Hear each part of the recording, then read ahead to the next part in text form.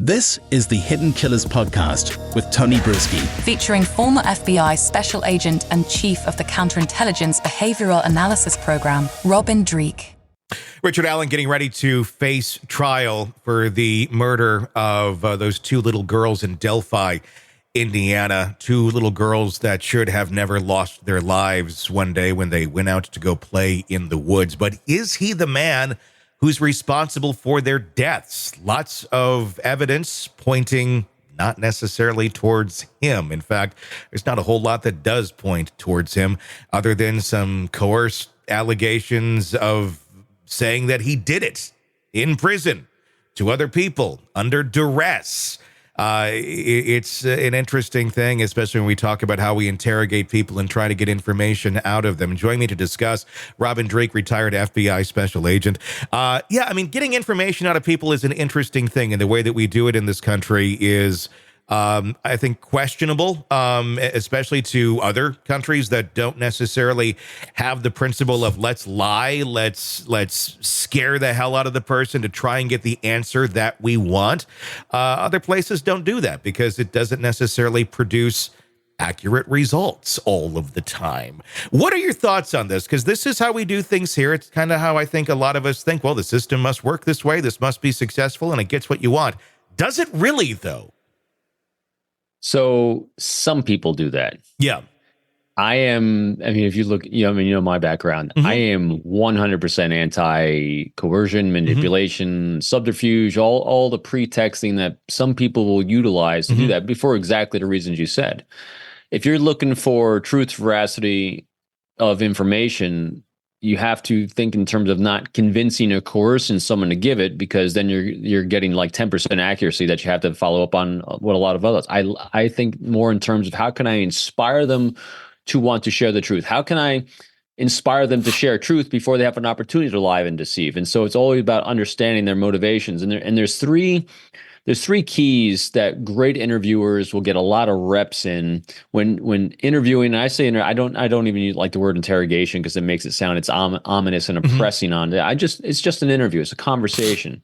And great interviewers will maneuver in and out of using rationalizations, projections, and minimizers with individuals.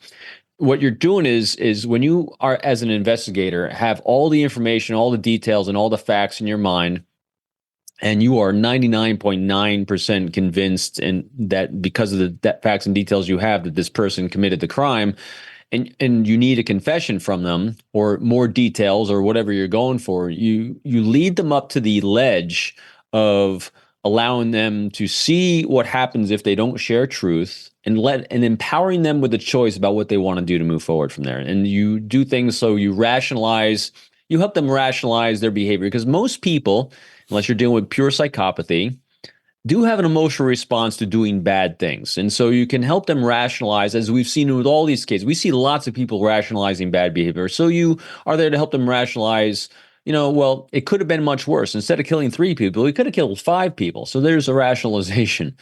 Projection, here's what a projection might look like. Instead of it's all your fault, because of the way you grew up and all the trauma you went through, walk a mile in your shoes and see what kind of choices you would make, because I understand that. So that's probably, if your mother wasn't like she was, your father didn't walk out on you, that's a projection. Then a minimizer is, if you just are able to share with me a little bit more details, we might be able to save a few more people. Maybe it'll help heal a few more people. And I could actually stand with you and actually talk to defense and talk to prosecution. We might be able to reduce the sentence a little bit from maybe the death sentence to maybe life behind bars. And so there we have minimalization. So surrounding all these things is the investigator, the interviewer is trying to determine the needs, wants, dreams, and aspirations, priorities, friction points, pain points of the individual, and seeing what they can do to be a resource for that individual overcoming those things and make a connection there.